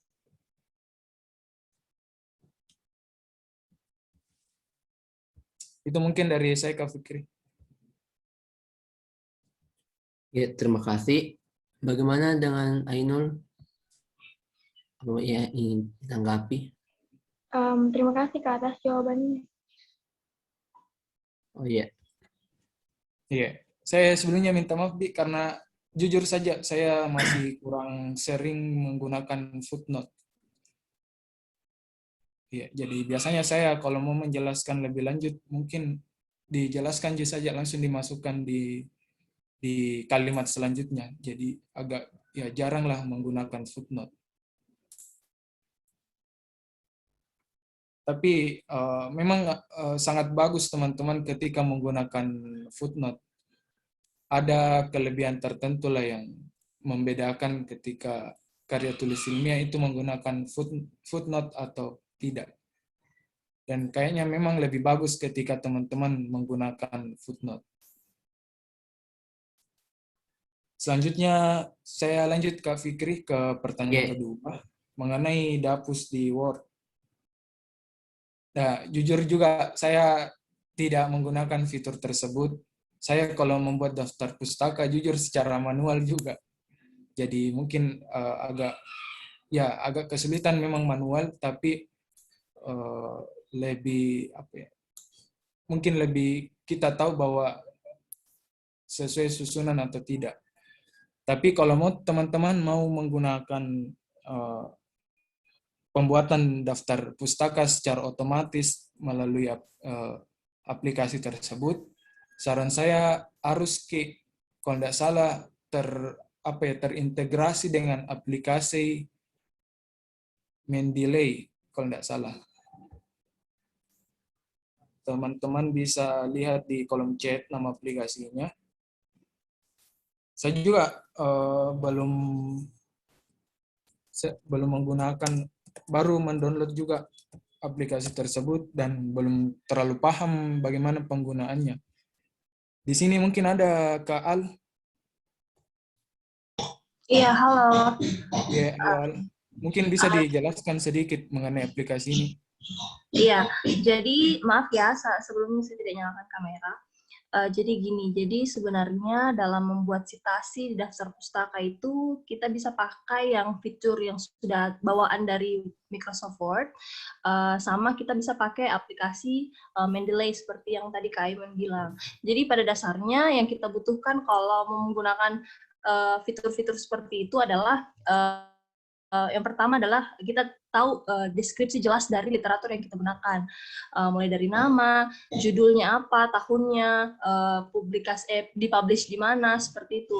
Sebenarnya kalau saya pribadi, berdasarkan pengalaman saya pribadi, saya lebih sering menggunakan Mendeley karena Mendeley itu bisa terintegrasi dengan websitenya, dengan browser yang kita pakai, sehingga kalau kita mau citasi langsung website-website yang kita, misalnya ada berita yang ingin kita citasi seperti itu, bisa menggunakan Mendeley langsung, maksudnya dia terintegrasi langsung dengan Word yang kita punya.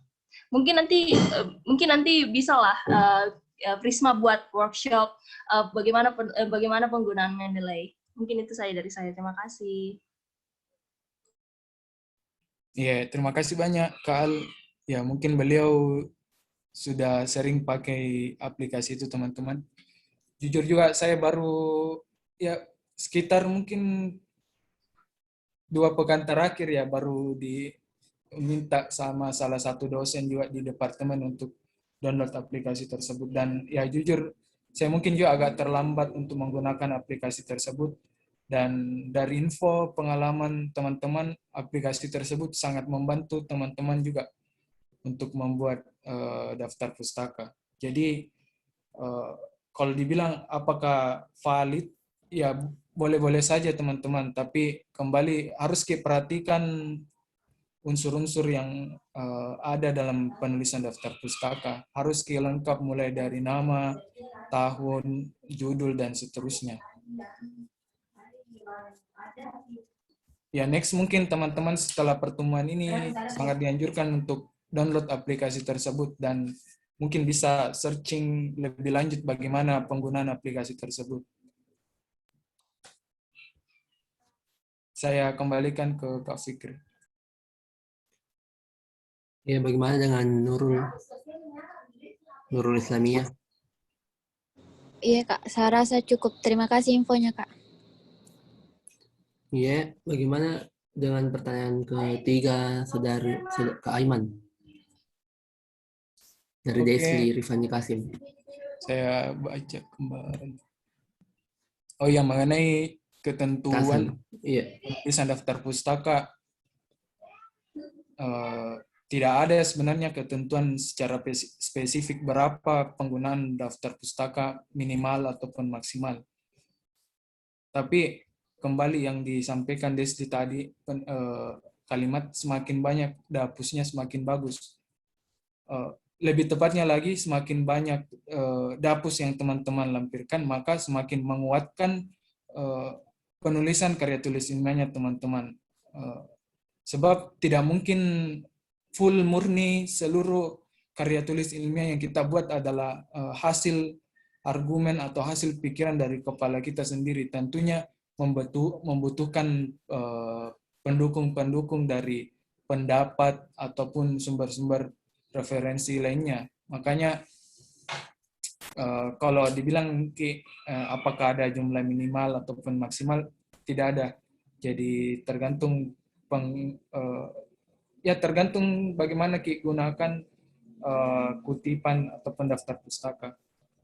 Tapi saya berpendapat bahwa semakin banyak dapus bukan berarti semakin jelek karya tulis ilmiah kita, tapi justru semakin menguatkan apa yang kita sampaikan dalam karya tulis ilmiah tersebut.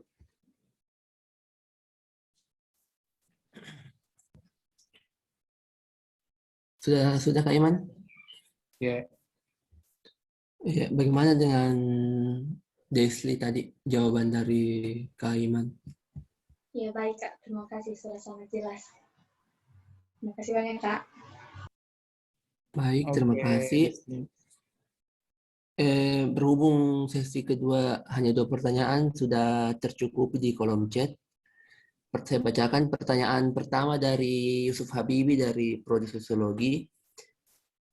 Ada 2 pertanyaan di sini. Pertanyaan pertama yaitu, bagaimana format penulisan dari sumber rekaman wawancara yang dilakukan di penelitian di lapangan?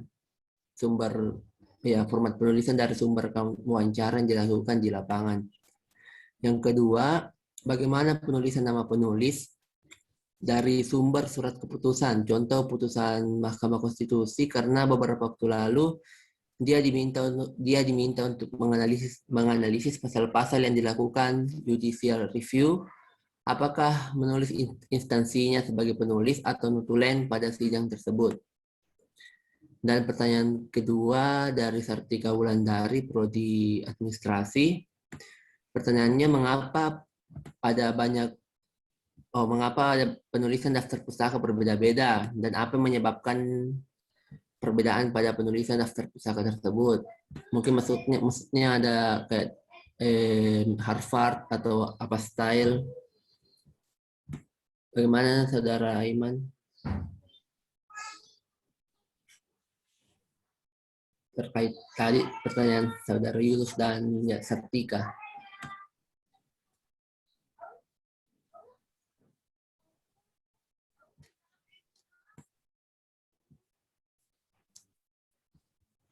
Ya, terima kasih Kak Fikri. Format penulisan rekaman wawancara.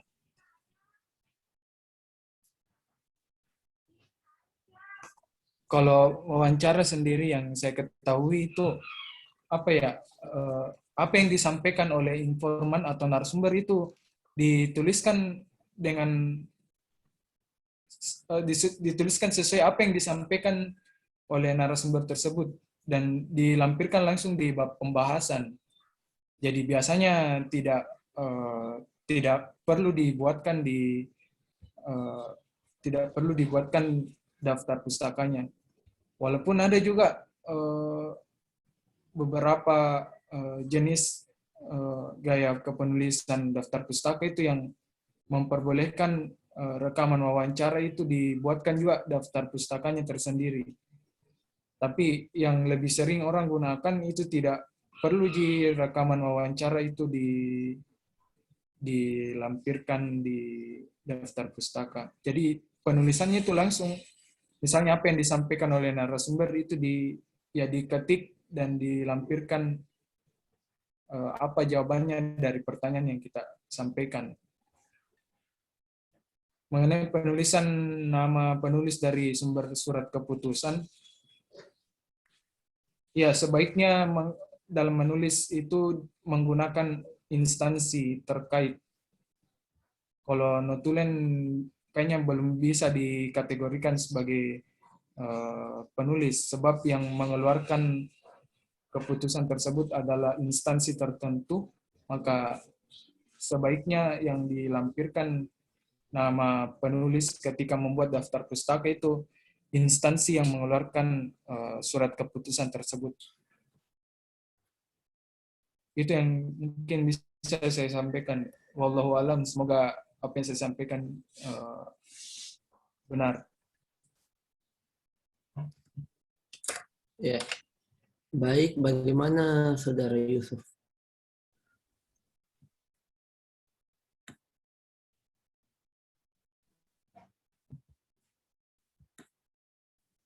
Ya, mungkin tadi kan mic Saudara Yusuf bermasalah. Oh, ya, Kak. Oh ya, ini ada tanggapan lanjutannya. Jadi kalau format penulisan untuk dari putusan dan surat keputusan itu bagaimana? Apa nama instansi? Kak Aiman?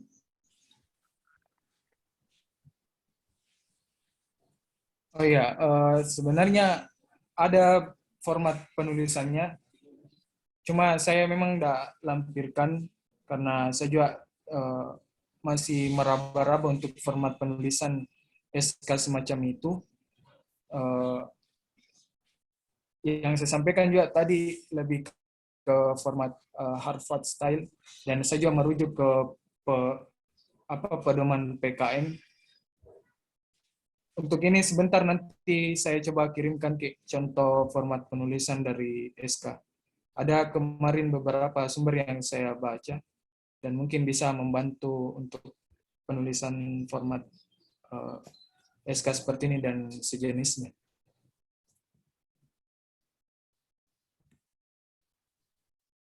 Ya, intinya mungkin saya belum bisa sampaikan secara detail di sini karena saya juga masih sangat jarang menemukan daftar pustaka berupa SK seperti itu. Kalau undang-undang biasanya ya tetap juga dilampirkan dalam daftar pustaka. Ya, terima kasih Kak Aiman. Kalau terkait pertanyaan Saudari Sartika bagaimana? Soal kebingungannya dalam adanya banyak macam penulisan daftar pustaka.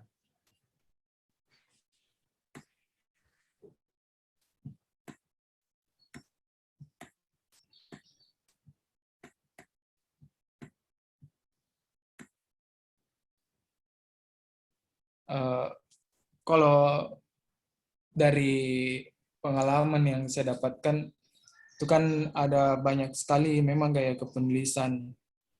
Tapi sebenarnya intinya itu bagaimana supaya memudahkan teman-teman untuk menemukan referensi terkait yang dibuatkan daftar pustakanya. Kenapa sampai berbeda-beda? Ya, ini kembali tergantung aturan instansi yang mengeluarkan. Harvard Style itu dikeluarkan oleh instansi tertentu, dan mungkin Harvard misalnya dianggap lebih mudah ketika kita mencari daftar pustaka yang dimaksud, maka cenderung orang biasa menggunakan Harvard Style. Tapi ada juga misalnya instansi yang menggunakan gaya yang berbeda, karena dirasa mungkin lebih lengkap misalnya dari Harvard Style. Jadi perbedaan tersebut sebenarnya wajar, intinya apa ya, daftar pustaka tersebut bisa mencakup semua unsur-unsur yang dibutuhkan. Misalnya ketika kita mencakup jurnal, ada nama jurnalnya, ada nama judulnya, nama penulisnya, tahun, volume, dan halamannya. Dan kalau dilihat dari jenis-jenis gaya kepenulisan itu sebenarnya tidak jauh berbeda antara satu gaya kepenulisan, misalnya Harvard Style dengan gaya kepenulisan yang lain. Biasanya lebih ke apa ya? Lebih ke ini unsurnya yang pindah-pindah. Mungkin ada yang namanya dulu, kemudian judulnya, baru tahunnya, baru misalnya nama jurnalnya. Jadi itu yang baku pindah-pindah. Tapi kita secara umum biasa menggunakan Harvard style. Kalau hal-hal seperti ini mungkin bisa lebih banyak membaca referensi mengenai kepenulisan karya tulis ilmiah. Tapi sekali lagi perbedaan gaya kepenulisan itu ya unsur-unsurnya yang berpindah-pindah tempatnya. Mungkin ada yang judulnya dulu di awal, baru namanya, ataupun yang lain. Ya itu mungkin dari saya, Kak Fikri. Mungkin dari kakak-kakak kupel yang lain juga bisa menambahkan, Kak Al, Kak Musdalifah.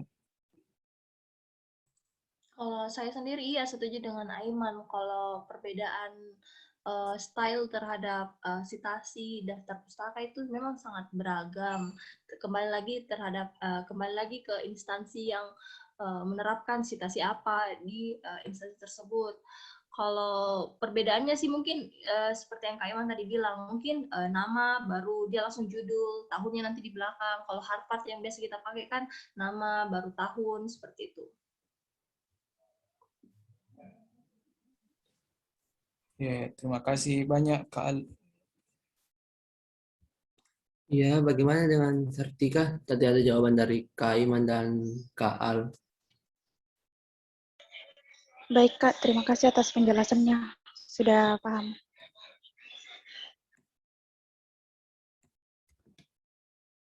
Ya, mungkin karena waktu juga sudah mau menunjukkan pukul 3. Apa ada yang terakhir yang ingin disampaikan oleh Kak Iman sebelum pertemuan kali ini ditutup? Oh iya, mungkin disampaikan nih anunya di bentuk tugas finalnya, Kak, atau setelah ini Pi. Saya sampaikan kesimpulan dulu. Bagaimana Kak Fikri?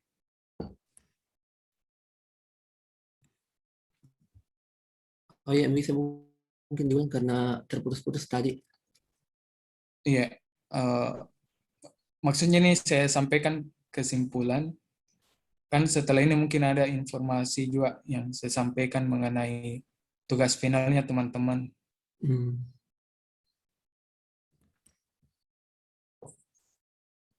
Yang saya sampaikan ini kesimpulan Midi baru, atau langsung juga saya lanjut mengenai tugas finalnya. Ya mungkin bisa misalnya langsung kita lanjut sudahnya memberi kesimpulan soal pertemuan kali ini. Ya sekaligus. Oke, terima kasih Kak Fikri. Jadi mengenai pertemuan terakhir ini sebenarnya teman-teman diharapkan bisa bisa lebih pahami lagi mengenai penulisan daftar pustaka. Karena sekali lagi masih banyak teman-teman yang dalam membuat karya tulis ilmiah maupun tugas-tugas mungkin, baik itu paper ataupun makalah. Nah, nantinya teman-teman ketika melampirkan referensinya, sekali lagi mohon untuk sesuai dengan format penulisan yang berlaku. Jangan lagi ketika melampirkan daftar pustaka, yang dilampirkan hanya sebatas link di mana dia akses. Dan lebih parahnya lagi, link yang teman-teman akses adalah bentuk blogspot ataupun WordPress atau sumber-sumber lain yang seharusnya tidak menjadi rujukan. Kemudian juga dalam pengambilan referensi, sekali lagi selalu utamakan artikel ilmiah atau jurnal, karena itu sangat membantu teman-teman untuk memberikan informasi mengenai apa yang mau dibahas dalam karya tulis ilmiah tersebut. Kemudian mengenai lampiran sendiri, tidak ada ketentuan urutan lampiran dan tidak ada secara spesifik lampiran apa saja yang dimasukkan dalam karya tulis ilmiah. Kembali lagi bahwa semuanya tergantung aturan atau panduan-panduan yang berlaku. Skripsi punya panduan tertentu, lampiran-lampiran apa saja yang dimasukkan, ketika teman-teman juga mengikuti misalnya lomba karya tulis ilmiah, ada juga secara spesifik lampiran-lampiran apa saja yang perlu dicantumkan. Jadi dalam hal penulisan karya tulis ilmiah, teman-teman juga harus memperhatikan panduan kepenulisan tersebut supaya teman-teman tidak salah arah dalam membuat lampiran. Gaya kepenulisan juga dalam daftar pustaka itu hal wajar. Sekali lagi, yang perlu diperhatikan adalah jangan sampai ada unsur dalam penulisan daftar pustaka yang hilang teman-teman. Yang kemudian ketika pembaca mencari referensi tersebut itu menjadi kesulitan. Nah, makanya saat membuat daftar pustaka sebisa mungkin sesuai dengan ketentuan yang berlaku. Ya, itu mungkin kesimpulan dari penyampaian saya hari ini. Sekali lagi, mohon maaf apabila ada kekurangan.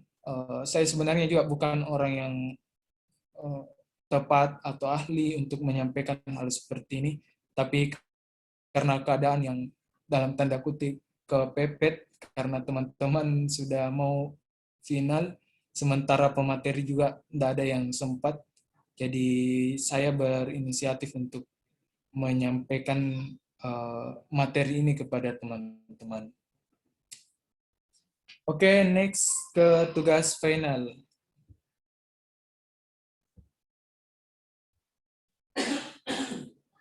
Bagaimana teman-teman, sudah siap untuk final?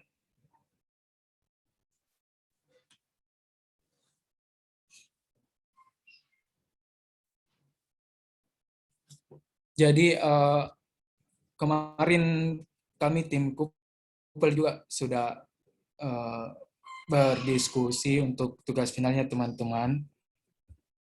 Jadi tugas finalnya teman-teman itu secara berkelompok dengan membuat video presentasi. Satu kelompok itu terdiri dari 10 orang. Jadi karena teman-teman keseluruhan adalah ada sebanyak 149 orang, jadi ada sekitar 15 kelompok. Sekali lagi, satu kelompok itu sekitar 10 orang. Apa bahan yang mau dipresentasikan? Jadi sebentar setelah pertemuan ini, kami akan sampaikan ke teman-teman 10 topik yang mau dibahas.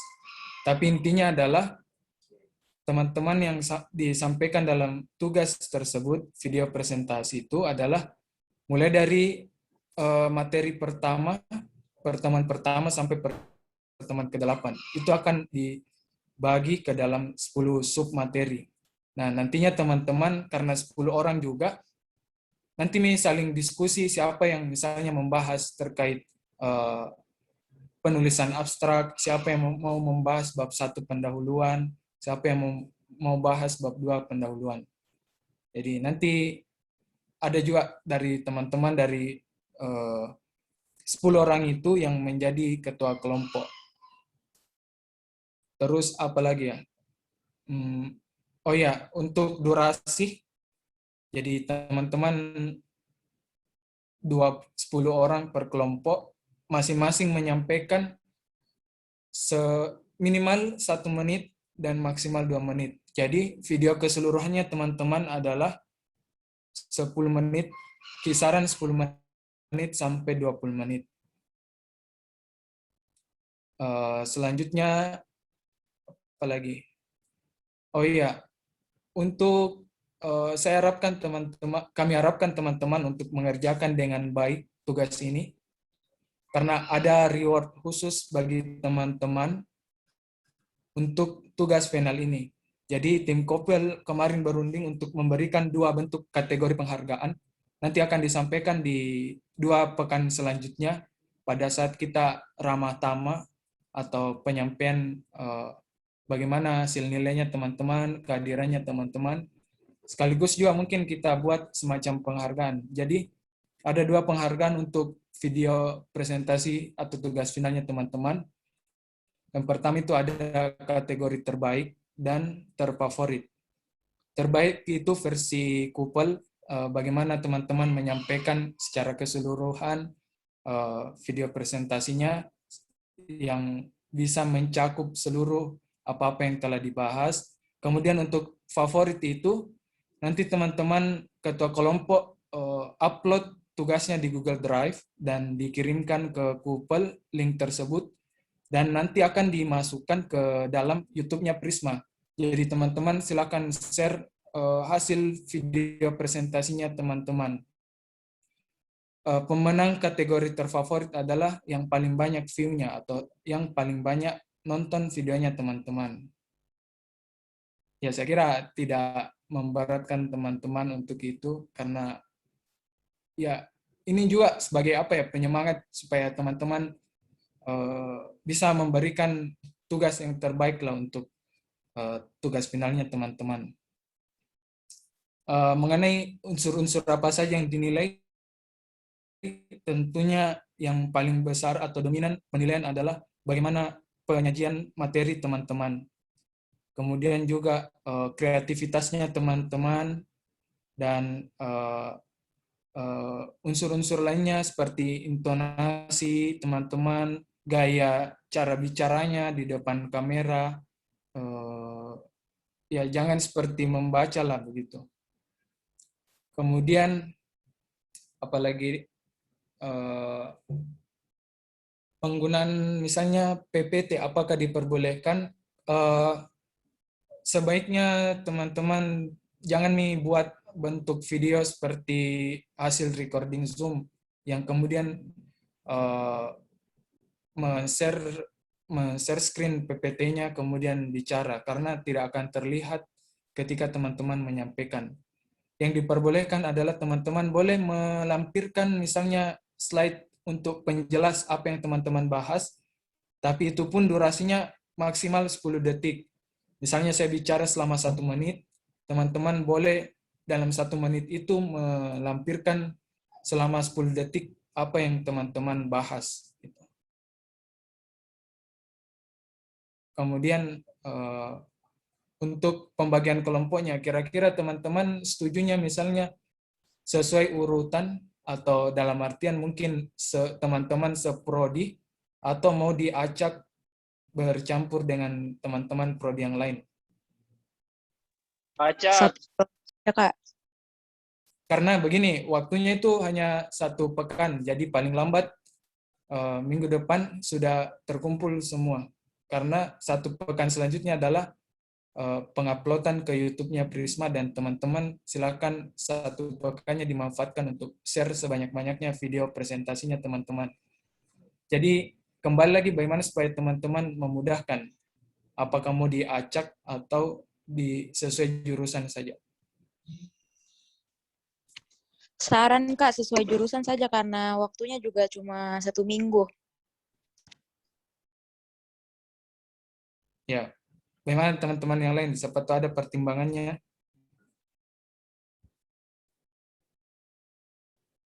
Maaf Kak, kalau misalnya nanti sesuai jurusan itu bagaimana kalau misalnya ada 1 jurusan yang lebih 10 ataupun kurang dari 10, apakah yang lain itu dipindahkan atau dicampurkan dengan jurusan lain?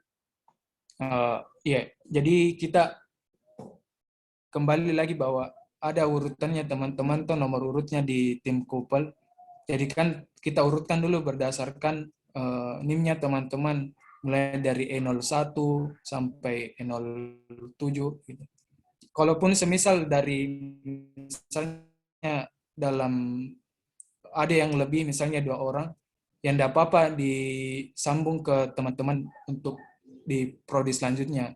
Misalnya di E01 kan ADM, ada misalnya 2 orang tersisa. Nah, bisa dilanjut ke digabungkan dengan teman-teman E02.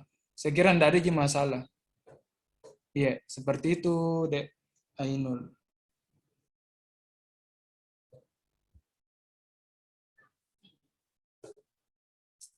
Ya, mungkin di sesama jurusan misalnya kami usahakan teman-teman bisa bisa bekerja sama dengan baik supaya bisa juga berikan hasil yang terbaik. Alasannya juga mungkin ada yang bertanya kenapa bentuk video. Sebenarnya juga salah satunya supaya bisa didokumentasikan siapa-siapa teman-teman yang ikut ekskul 2 bisa dilihat kembali videonya teman-teman.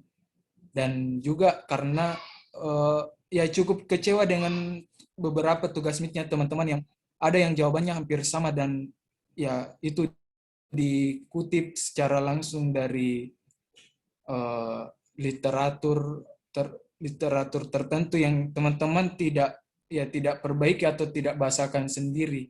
Ada yang ditemukan sampai 5 orang sama persis jawabannya. Jadi atas pertimbangan itu mungkin ya kami juga lihat teman-teman jangan sampai melakukan hal yang sama lagi ketika diberikan tugas final berupa atau melalui Google Form.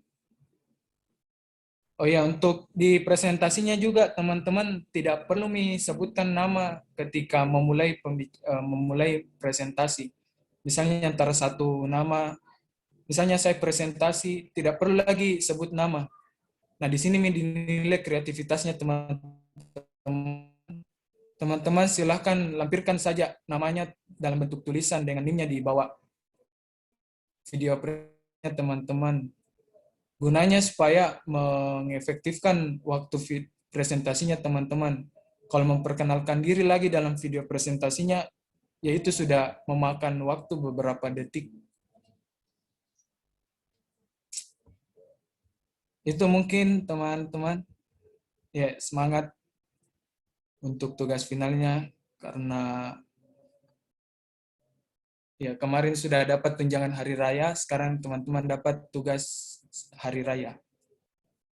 Ya, jadi ada THR versi berbeda dari tim Kupel. Ya, sebelum ditutup karena waktu sholat asar juga teman-teman, mungkin ada yang mau ditanyakan, mungkin disampaikan memang supaya bisa nanti diperjelas lagi di panduannya teman-teman.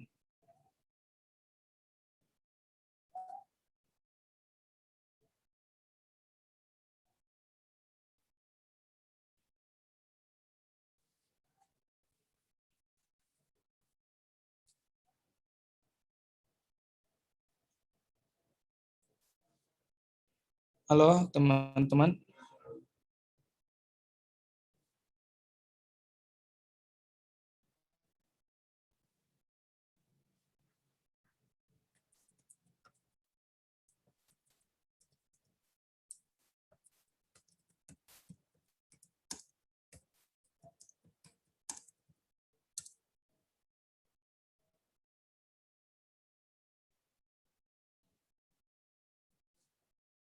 Oke, kalau tidak ada, nanti teman-teman bisa tanyakan lebih lanjut di grup. Tapi ya sekali lagi teman-teman, harapannya semoga bisa dimaksimalkan tugas finalnya. Berikan sesuatu yang terbaik lah untuk tugas finalnya teman-teman. Sekali lagi, kayak pengalaman di kemarin ekskul 1, sangat mudah teman-teman dapat hasil yang maksimal. Tergantung teman-teman bagaimana juga dalam setiap pertemuan, tugasnya teman-teman juga berikan hasil yang maksimal. Supaya nanti saat keluar nilainya bisa dapat nilai yang maksimal. Oke, itu mungkin dari saya. Terima kasih teman-teman atas perhatiannya. Saya kembalikan ke Kak Fikri.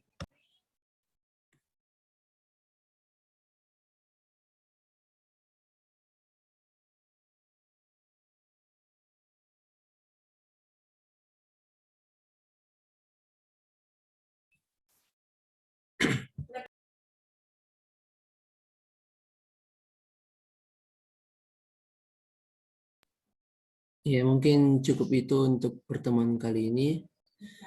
Saya mungkin sebelum ditutup, mungkin teman-teman peserta bisa on cam ada untuk sesi dokumentasi.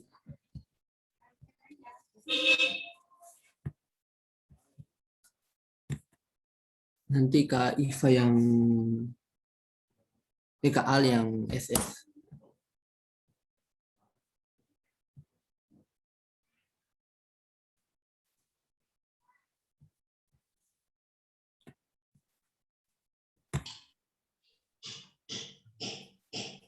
Bagaimana Kak Al? Teman-teman yang lain masih Ya, ada yang bisa dulu on cam.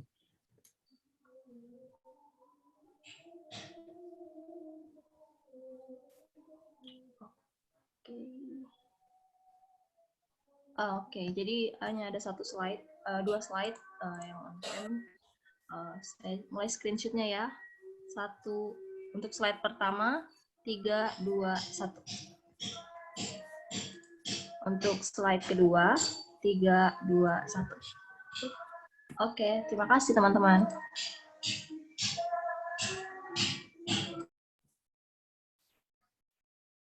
Terima kasih teman-teman atas partisipasinya di pekan terakhir ini. Assalamualaikum warahmatullahi wabarakatuh. Waalaikumsalam warahmatullahi wabarakatuh. Terima kasih banyak, Kak. Sebanyak, Kak. Warahmatullahi wabarakatuh. Terima kasih banyak, Kak.